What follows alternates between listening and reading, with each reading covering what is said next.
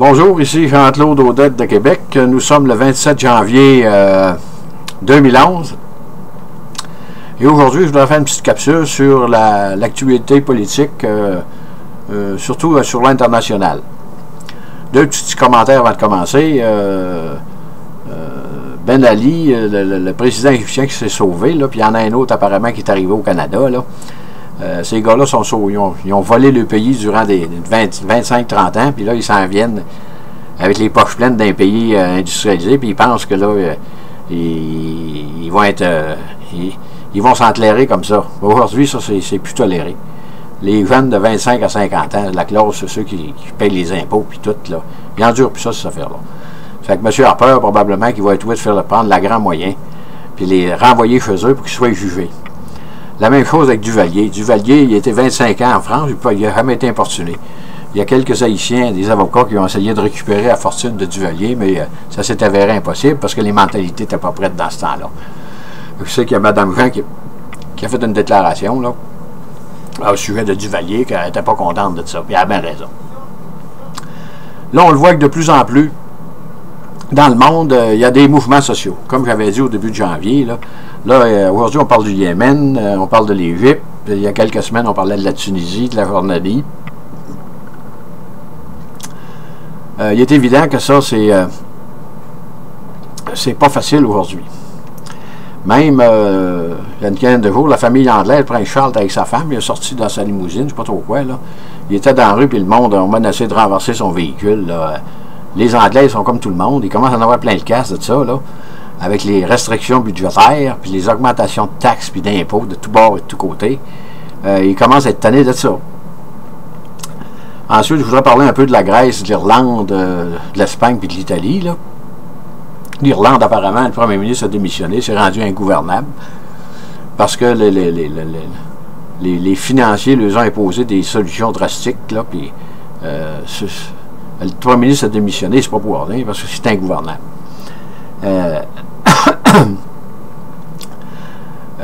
Si on parle de la Grèce, ben là, ils sont calmés un peu, là, mais les programmes d'austérité sont encore là. Mais à l'automne, on va entendre parler encore de ces pays-là, comprenez-vous? C'est pas réglé, ça. Ils vont être encore au même point, mais ils vont être plus endettés qu'avant. Vous ne pouvez pas payer des dettes comme on a là, que les gouvernements ont là. Les pays ont là, en squeezant la population, en lui mettant des taxes, des impôts de tout bord, de tout côté, puis en réduisant les salaires, puis en coupant les fonds de pension, l'économie va aller encore plus mal. C'est pas compliqué, ça. Qu'est-ce qui va arriver? Ça, on ne le sait pas. Ça, c'est dû à quoi? C'est dû à la politique américaine qui a commencé sous Alan Greenspan, puis qui est continuée par Ben Bernanke, d'imprimer de l'argent, puis d'inonder l'économie avec de l'argent pour passer à travers la crise. On voit ce que ça fait, là.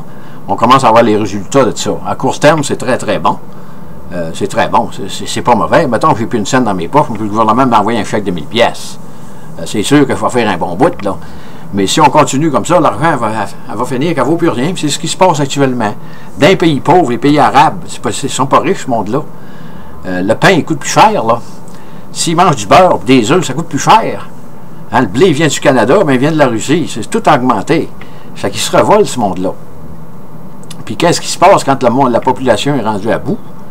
Peut-être que ça va se calmer dans les pays arabes. Là. Ça va peut-être 2-3 mois tranquille, mais ça va reprendre. Généralement, ceux qui contrôlent les populations, quand ils voient que ça n'a pas de bon sens, normalement, ils revirent de bord. Ils se mettent du bord de la population. Fait que là, les armes que les premiers avaient pour se défendre, ils se revirent contre eux. C'est ce qui s'est passé en Roumanie avec Ceausescu, là. Lui qui avait exploité la Roumanie durant 20-25 ans. Là. Finalement, ils l'ont fusillé, ils n'ont même pas jugé. Quand ils l'ont vu, ils l'ont fusillé avec sa femme. Tiens, tu es assez volé ici, là, disparaît. Ça ne veut pas dire que ça va mieux après, là. Mais comprenez-vous, le monde, il y a des limites à ça. Il y a des limites, là, à mettre sur le dos des populations, là, des taxes, des impôts, puis des restrictions budgétaires. Ça ne marche pas. Le monde finit par se révolter.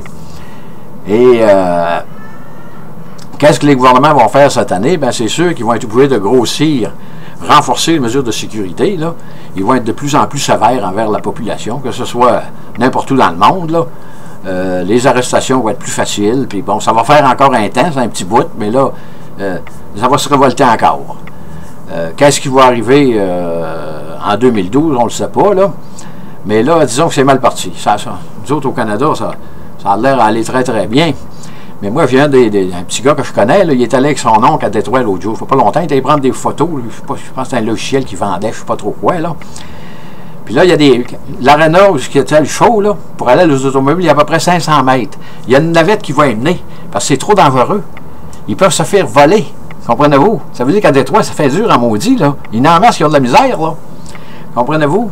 Puis une fois, ils ont oublié ils n'ont pas pu prendre la navette, ils ont arrivé en retard, là, ils ont parti en courant pour se rendre à leurs automobiles. Ça, c'est aux États-Unis, ça. Hein? C'est pas loin de nous autres, là. Fait que là, on voit où ça, ils ne nous montrent pas ça à la télévision, ces affaires-là. Mais ça existe en réalité. Ça fait que je termine là-dessus. Espérons que, faire un petit commentaire positif, que la situation va s'améliorer en 2011 et que les dirigeants du monde vont trouver des solutions autres pour régler cette crise-là qu'imprimer de l'argent. Sur ça, je vous dis bonjour et bonne journée.